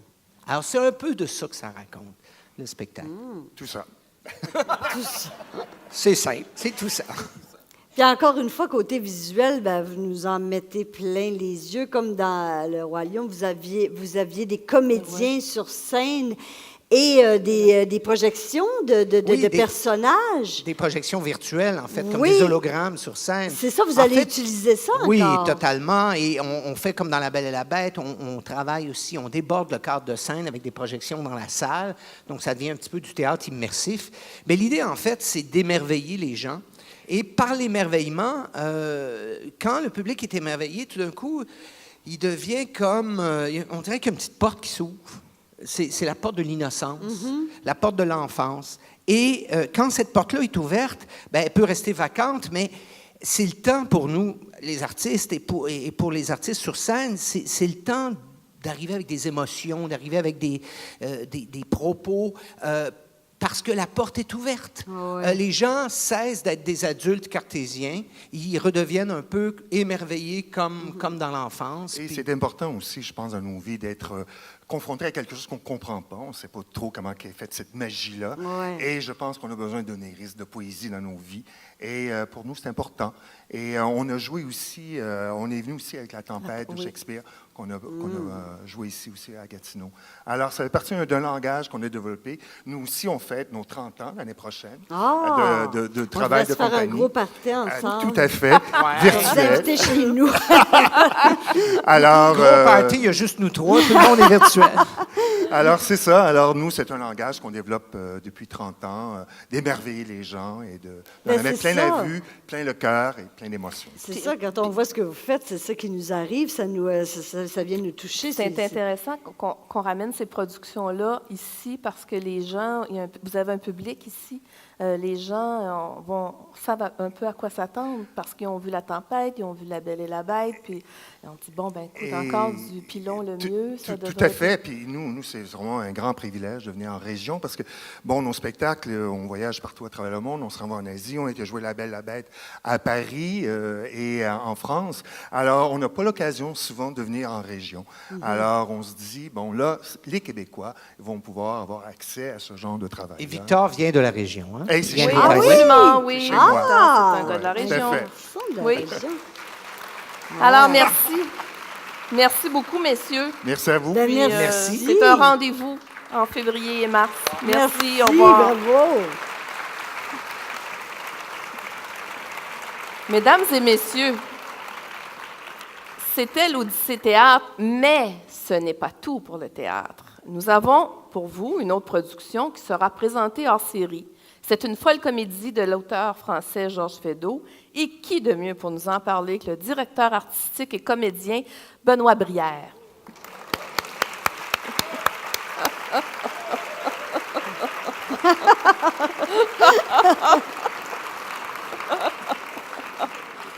Oh, bonsoir, Benoît. Oh, vous êtes beau. Que vous êtes beau. Vous êtes très beau. On est déjà beau. Accompagné dans ton micro. Non. Il sent bon. Hey, Benoît. Je veux des billets pour ma semaine. Il veut des billets. Il veut dormir. Ah oui. Il m'a eu 1, 2, 3. Je veux des billets pour ma semaine. On va essayer. On va OK. essayer de Es-tu t'en réveillé? avoir. J'ai des billets pour ma semaine. Oh, bonsoir, Benoît. Merci d'être de retour Allô? chez nous. Ça me fait plaisir. Oui. Ça fait pas si longtemps, d'ailleurs. 2 mois. 2 mois après, Déjà? 2 mois après le passage de Good 5 Lord. soirs et grandement apprécié de la cage aux folles. Oui, j'ai... Merci. Je suis rendu épi, je me laisse pousser le poil. D'ailleurs, j'ai emprunté tes bas nylons que Oui, tu avais laissés dans l'or. il était confortable, hein? Il était-tu propre? Aucune maille. Est-ce qu'il était propre? Benoît ne fait jamais de maille. là, c'est bon. Bon. Écoutez, je veux vous dire, je suis vraiment contente d'être associée à la compagnie de théâtre de Benoît et du Théâtre du Vieux-Terrebonne. Mais je suis certaine pas autant que vous. Pas autant que vous, le public.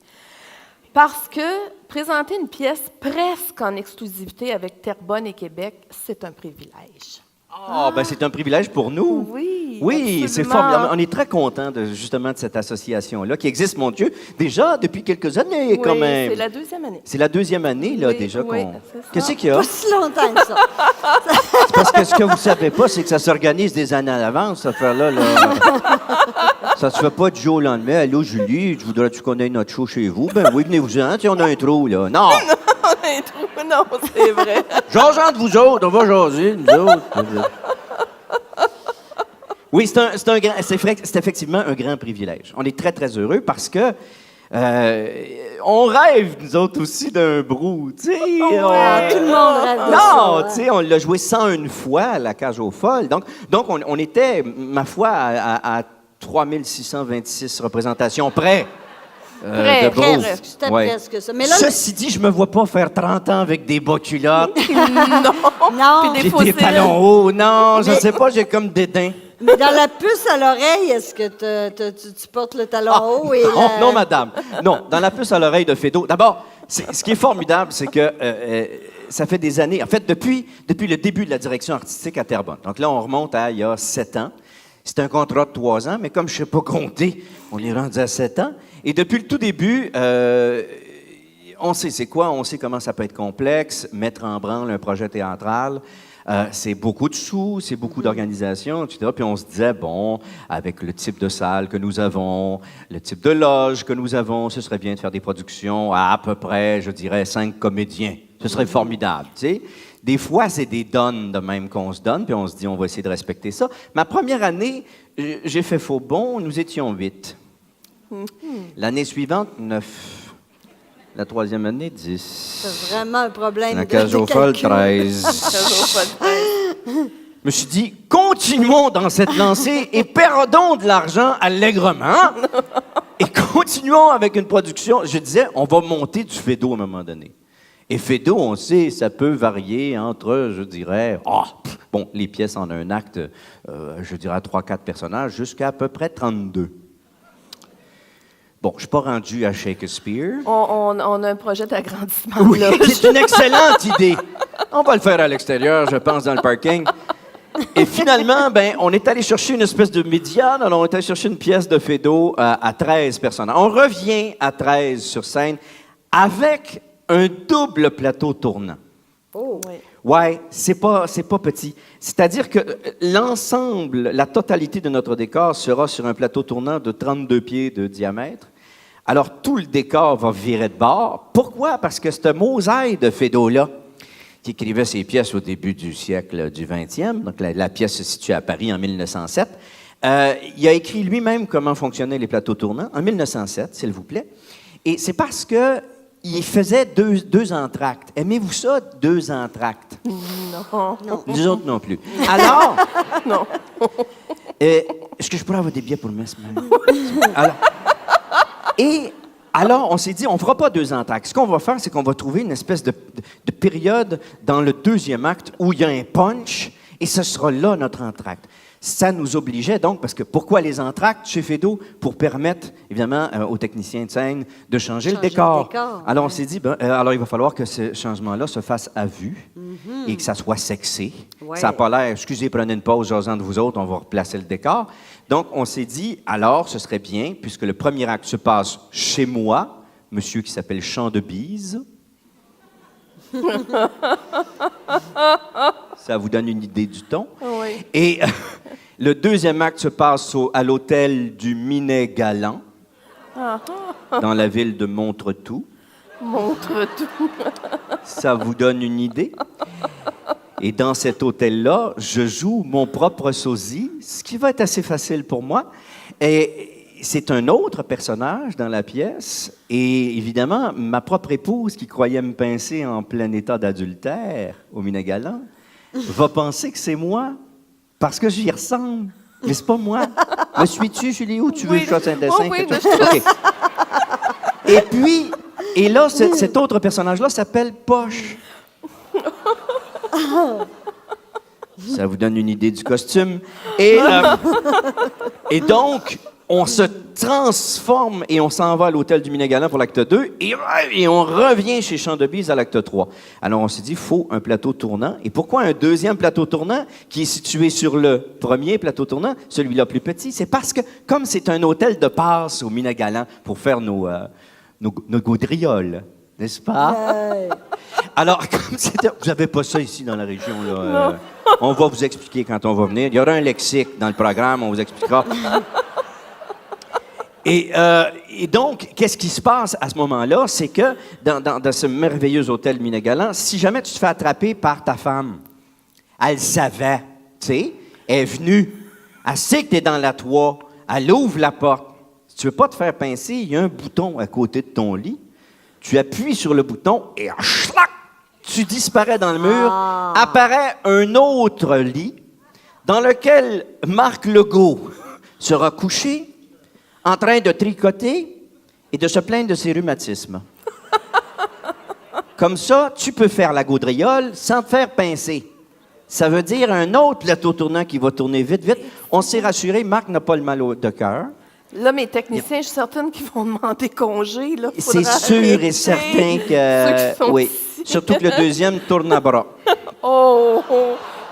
Ouais, ça, c'est le genre de pièce que des comédiennes qui aiment faire rire. On va avoir tellement de plaisir. On a déjà tellement de plaisir. On est 13, donc, comme je disais, et j'ai rapatrié, parce que ça aussi, c'est une nouveauté. Je ne fais plus cavalier seul à titre de directeur artistique du Théâtre du Vieux-Terrebonne, c'est-à-dire que je suis toujours à la tête des productions Benoît Brière, mais s'associe, se greffe à cette production-là des producteurs qui ont à eux deux, ils sont là devant vous, qui à eux deux ont 13 ans d'expérience de direction artistique ensemble, donc il y en a même plus que moi. C'est plate. Hein? Et ils ont déjà produit, qui dit à Kings et Falls pendant 5 ans, Martin Drainville, et qui dit à l'Assomption pendant 4 années, Luc Guérin. Alors, c'est une sorte de Rat Pack québécois. Et c'est moi qui fais ça à Sammy Davis. Je vais finir l'entrevue comme ça fait rien. Et donc, à 3, ça fait des années qu'on veut travailler ensemble sur scène. Pouvez-vous croire, je n'ai jamais joué sur scène avec Luc Guérin. Ben voyons donc. Jamais. Ça fait bientôt 30 ans que je fais le métier. Croire, Luc, ça fait 30 ans qu'il fait le métier. Non, Martin et moi avons joué ensemble 3 fois à Kings et Falls. Mais depuis, et ça fait très longtemps, c'est dans les années 90, et ensemble sur scène, on n'a jamais rejoué depuis ce temps-là. Mais Luc, qui a déjà joué beaucoup avec Martin, on n'a jamais joué ensemble. Vous avez des relations quand On a même, des relations ensemble. Vous avez des relations. Mais séparément quand même. C'est ça. Ah, OK, parfait. c'est, Parce qu'il me semble qu'il y a tellement Non, une énergie, il y a de la quelque chose chimie. qui se passe. On s'est commis dans un film historique. Mais là, tu raconteras pas le film. Je ne vais pas raconter Angelo Fredo Romain, ça y est. Je l'ai nommé, je me suis mis à me gratter. Est-ce qu'on peut appeler mon psy? Sinon, je vais me gratter jusqu'au sang, là. En fait, c'est le fait de vouloir être ensemble qui nous avait réunis dans ce film-là. Et depuis cet événement-là, depuis ce film-là, on n'a jamais retravaillé ensemble, et là, on voulait faire ça. Quand ils ont arrêté la direction artistique à l'Assomption, j'ai dit, venez-vous-en, les gars, j'ai envie qu'on travaille ensemble. C'est donc le leitmotiv de notre affaire. On voulait travailler ensemble. Alors, ils joueront là-dedans. En plus, tenez-vous bien, alors chez les femmes, il y en a 4 quand même. Il y a Pascal Desrochers, Marie-France Lambert, Monique Gosselin et la toute petite et magnifique Marie-Pierre Labrec, qui va jouer Fanny ici dans Marius Fanny. Là. Attachez vos tucs avec la broche. Ouais. Mesdames, vous allez trouver que c'est une actrice formidable. Messieurs, vous allez trouver que c'est une très jolie actrice. Je suis marié. Et donc, dans cette folie de couchage au motel, il y a 9 hommes. Alors, outre ces 3-là, il y aura Martin Héroux, Stéphane Jacques, Carl Béchard, et là, parce que je veux tous les nommer, avoue un programme. C'est ça. Il y a Denis Hull, il y a... tu les as-tu là, toi? Non, mais c'est pas que je les compte, là. Il y a Claude Tremblay, ils vont m'aimer. T'en manques un. Il m'en manque un?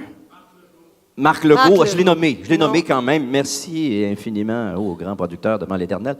Alors, c'est une distribution exceptionnelle. On a commencé à répéter il y a à peu près 3 semaines.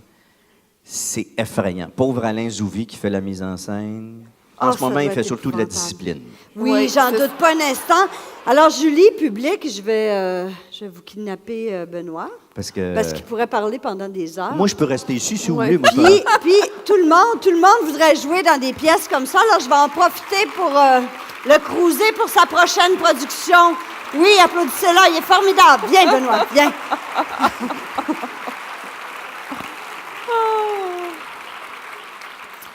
Vous pouvez bien imaginer qu'il y a beaucoup de gens derrière cette soirée, mais aussi tout au long de l'année pour faire de la salle Odyssée votre endroit préféré pour vos sorties. Avant de poursuivre avec la programmation, permettez-moi de remercier les membres de mon conseil d'administration. S'ils sont ici, j'apprécierais qu'ils se lèvent, dont le président, M. Maurice Groux. Les membres de mon équipe aussi, je vais vous demander de vous lever. Il n'y a personne ici ou quoi? Ah, OK. L'équipe technique, nos partenaires, la Ville de Gatineau, je salue les membres du conseil municipal qui sont ici présents ce soir, M. le maire Marc Bureau, Marie-Hélène Lajoie, qui est ma complice, qui est à la direction générale de la Ville, je la salue, je la remercie.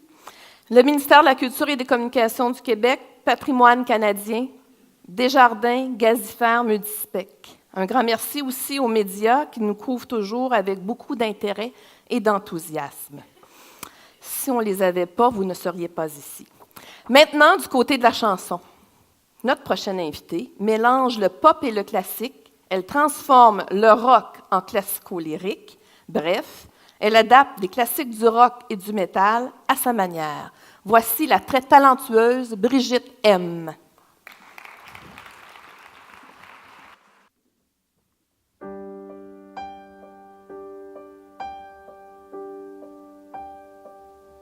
I'm just the pieces of the one I used to be.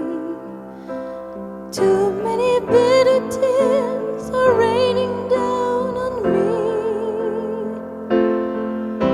I'm far away from home, and I've been facing this alone for much too long.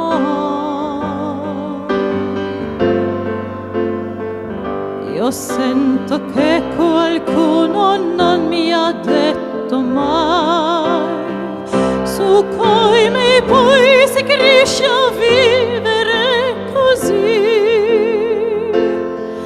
Nella mente mia confusa guardo indietro per capire dove sbagliai.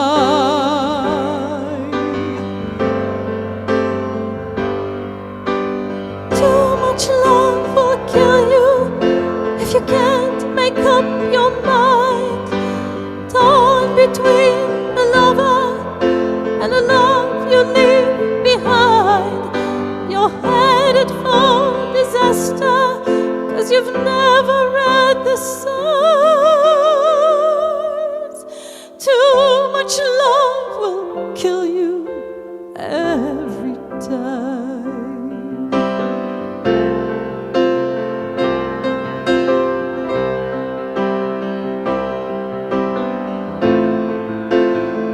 Son solo l'ombra di quella donna che ero io, e sembra che non trovi un'altra via per me. Io che portavo il sole, adesso quel che faccio butto giù.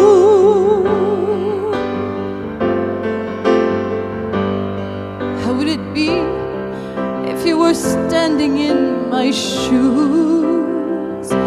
Can't you see that it's impossible to choose?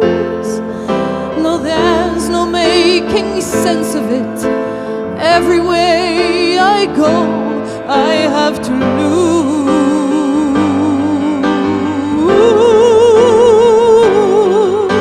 Troppo amor t'uccide, ma nessun amore no.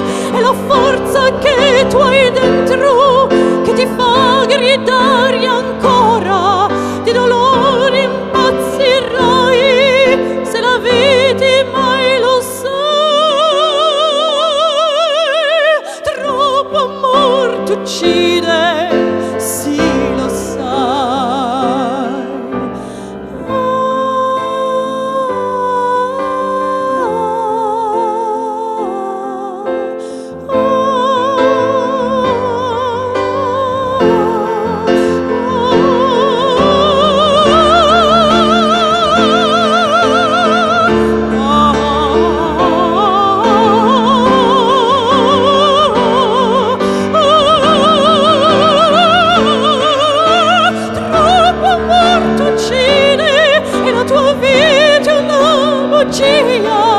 Yes, too much love will kill you, but you won't understand why. You'd give your life, you'd sell your soul, but here it comes again. Too much love will kill you in the end.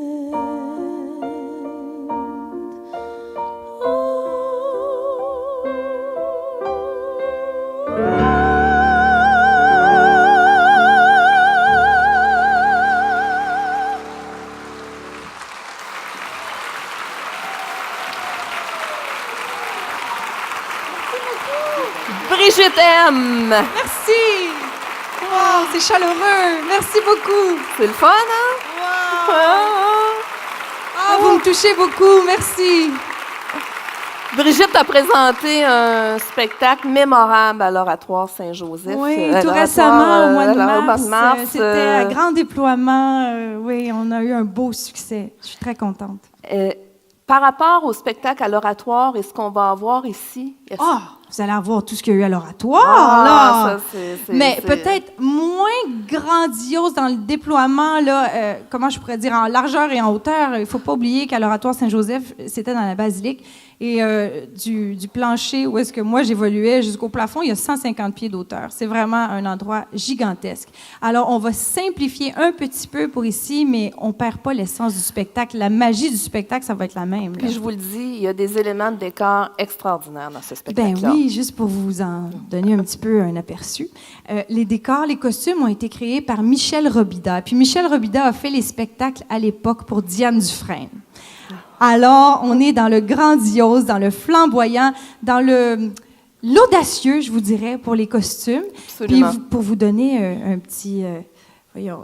quelque chose, une petite surprise. Oui. J'ai une des robes dans le spectacle qui fait une dimension là, d'à peu près 16 pieds de circonférence, qui se transforme. C'est des costumes évolutifs. Alors, c'est très magique. Puis la mise en scène est confiée à Denis Bouchard. Donc, il y a des belles trouvailles de mise en scène, des éclairages splendides.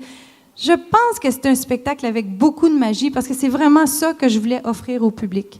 Vous offrir de la magie, vous faire rêver le temps d'un spectacle, amener les gens dans un voyage musical. C'était vraiment ce qu'on voulait faire. Et on voulait poursuivre dans l'idée de l'album From Metal to Crystal. Alors, c'est vraiment les chansons de l'album From Metal to Crystal qui ont été arrangées et orchestrées par mon cher collaborateur qui est avec moi ce soir, Peter Ranallo, qui est dans mon spectacle. C'est lui le directeur du spectacle, le directeur musical du spectacle. Et à lui tout seul, il vaut 8 musiciens. Absolument. Alors absolument. Imaginez, avec lui puis les autres musiciens, c'est quelque chose d'assez grandiose au niveau musical, au niveau des arrangements. C'est quelque chose de nouveau, de différent. Alors je vous invite à venir en grand nombre. Oui, merci. Venez en grand nombre. J'ai hâte de vous rencontrer, d'aller vous saluer après le spectacle le 28 novembre prochain.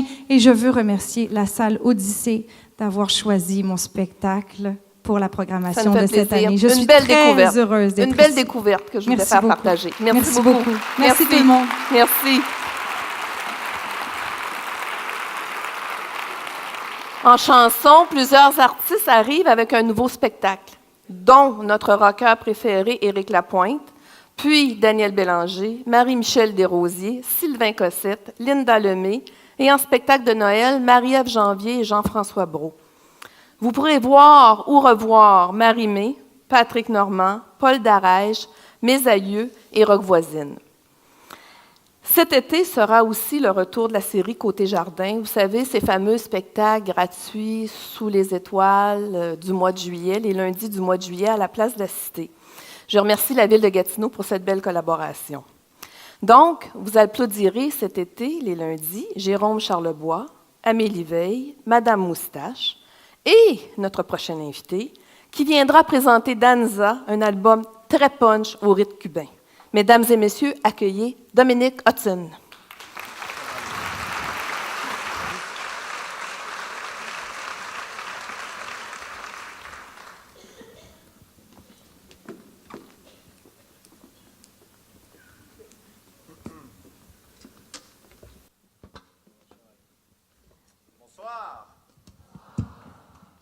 Amène dans le sol. Ah!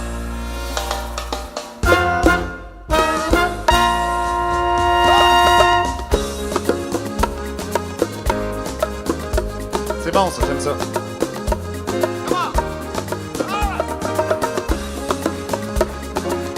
Ah, aussi.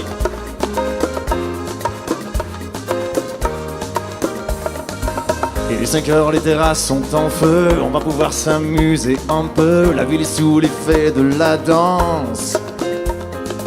Que des sourires à chacun de mes pas, seulement depuis que le soleil est là, la musique prend la place des silences. La chaleur monte, Danza, j'ai le goût de toi, Danza, de faire la fête avec toi. Allez, fais-moi danser, Danza, fais-moi vibrer, Danza, fais-moi bouger sur le rythme. danse avec moi sur des rythmes fous de salsa. D'Italie, d'Espagne ou Cuba, on s'en fout, tout le monde est danza. Danse avec moi sur des rythmes fous de salsa. D'Italie, d'Espagne ou Cuba, ici tout le monde est danza.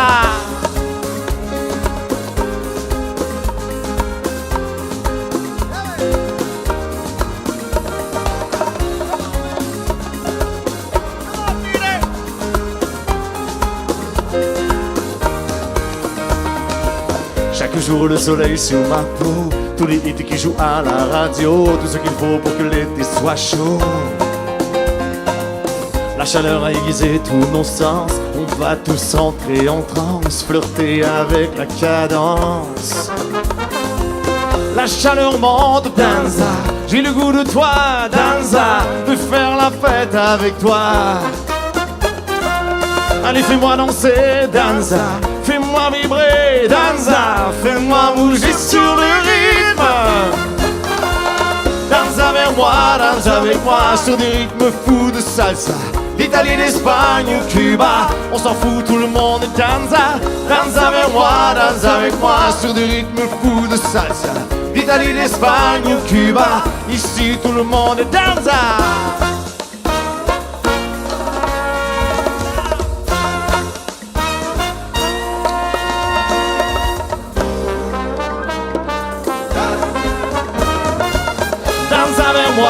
Danse avec moi sur des rythmes fous de salsa. D'Italie, d'Espagne ou Cuba, on s'en fout, tout le monde est danza.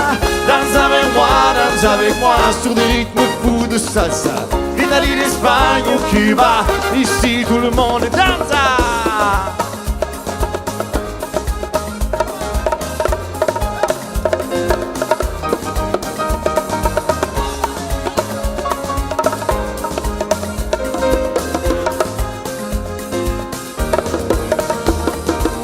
La chaleur monte, danza, j'ai le goût de toi, danza, fais-moi vibrer, danza, fais-moi danser, danza.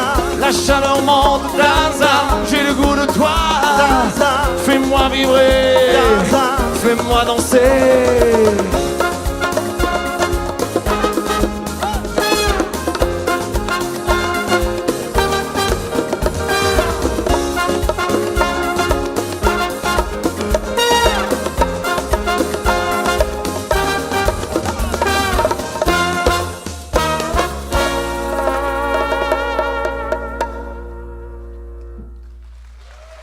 Merci. Là, Gatineau, vous allez me faire un cadeau. Je suis sûr que la prochaine chanson, vous l'avez déjà entendue. Ça commence toujours par la première rangée. Hein? Vous êtes les cobayes. Première rangée, ça veut dire là aussi. Puis ça veut dire là aussi. Ça veut dire la première du balcon. Ça sera le temps. Comme une messe. Vous êtes belle, vous voulez danser assise, c'est cool. J'aime ça.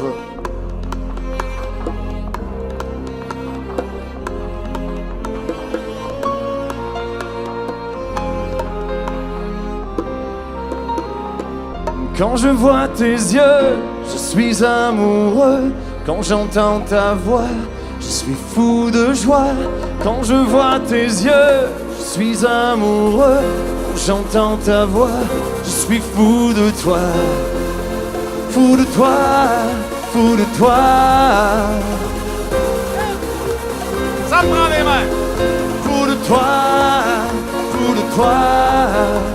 Et là, ça me prend du monde debout dans la première rangée. Quand je vois tes yeux, je suis amoureux. Quand j'entends ta voix, je suis fou de joie. Je savais que ça allait être beau. Quand je vois tes yeux, je suis amoureux. Quand j'entends ta voix, je suis fou de toi. Tu as tant de charme, et c'est là mon drame, car je suis sans armes. Lorsque tu es là, je voudrais te le dire, je voudrais l'écrire, mais je n'ose pas te parler de ça. Quand je vois tes yeux, je suis amoureux. Quand j'entends ta voix, je suis fou de joie. Quand je vois tes yeux, je suis amoureux. Quand j'entends ta voix, je suis fou de toi. Tu fais des ravages, je manque de courage pour te déclarer toute la vérité. Je prépare les discours pour tout faire la cour, mais je peux plus bouger quand tu es à mes côtés. Quand je vois tes yeux, je suis amoureux. Quand j'entends ta voix, je suis fou de joie. Quand je vois tes yeux, je suis amoureux. Quand j'entends ta voix, je suis fou de toi. Ah!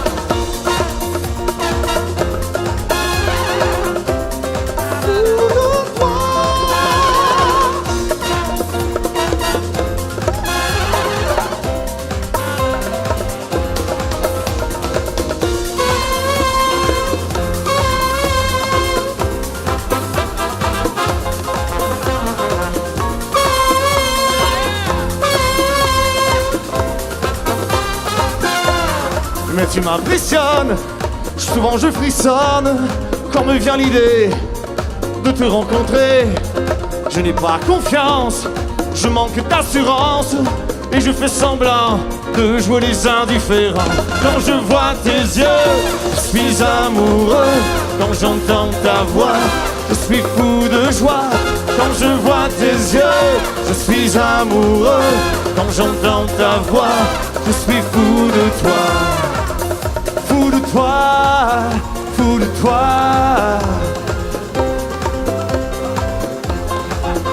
Fou de toi, fou de toi.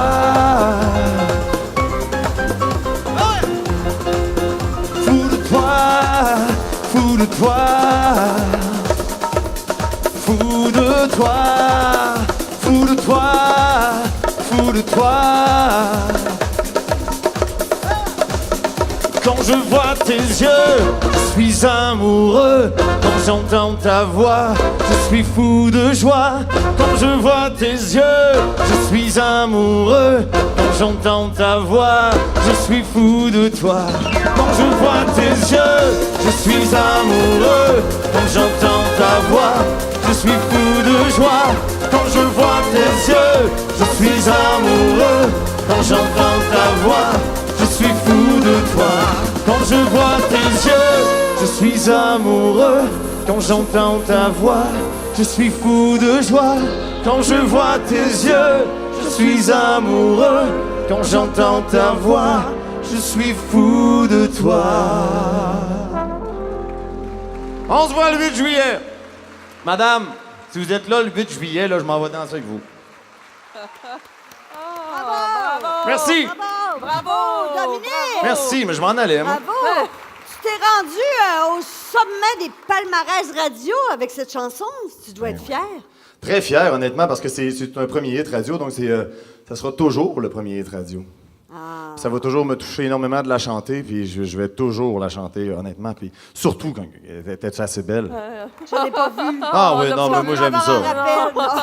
Mais là, cet été, je vais aller vous chercher un après l'autre, puis vous allez tous vous lever, on va tous danser. Absolument. On fera un cours avant, on vous donnera un cours de musique latine. Il va faire beau, il va faire chaud, C'est sûr. ça va être festif. Le 8 juillet, j'ai checké le super beau soleil 32. On t'attend le 8 juillet. Merci beaucoup. Merci, Dominique. Merci à vous. Dominique. Bye. Merci. Bonne soirée. Merci. Je tiens à remercier tous les artistes qui ont accepté notre invitation ce soir. Merci aussi à Vice Versa qui nous a fourni notre salon à Marie-Lise et moi. On repart avec? Je ne suis pas certaine. au fleuriste, voilà, aussi pour les fleurs. Mais je veux remercier ma co-animatrice.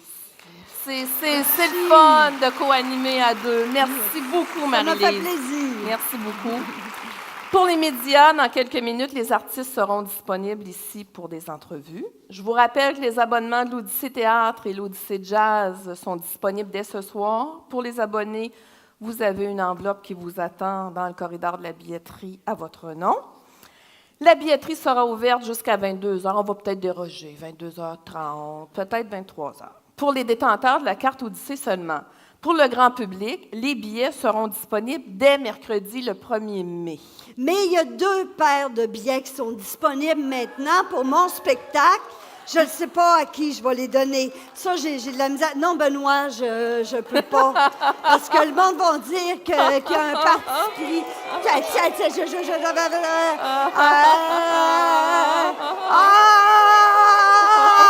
Oh là, je le sais, là, j'ai de la misère. J'aurais pas. C'est pas je pouvais facile. pas vous en donner hein? un à chacun de vous, mais ça me fait plaisir d'être avec vous ce soir. Et bravo à Julie, hein, qui était très nerveuse ce soir, mais qui a fait ça comme une pro. C'est ça.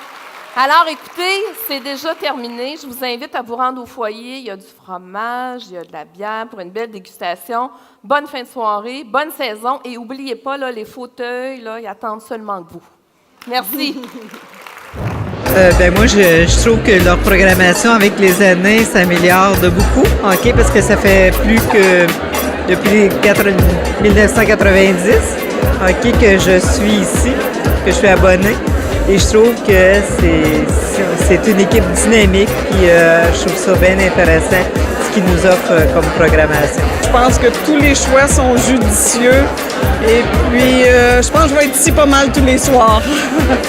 Je suis une résidente de Gatineau, alors quelque part, il faut encourager ce qui se fait en termes de culture chez nous, puis aussi au niveau de l'excellence. Alors, je pense que la Maison de la Culture remplit vraiment de façon assez exemplaire ce mandat-là. On ne peut ajouter autre que dire que c'était un joyau dans la ville de Gatineau. Vous savez, avec toutes comment est-ce qu'on appelle nos statuettes là, qu'on a reçues, on a eu quoi, 5, peut-être 6 bientôt. Ça prouve que l'équipe de la salle d'Odyssée et l'endroit lui-même, on n'a plus besoin de traverser la rivière pour avoir un spectacle ou aller voir une pièce de théâtre. Je pense que vous avez vu la programmation ce soir. C'est toujours une programmation de haut niveau. Et on se surpasse continuellement. Et je lève mon chapeau à Mme Carrière et Carmen Bissonnette et toute son équipe.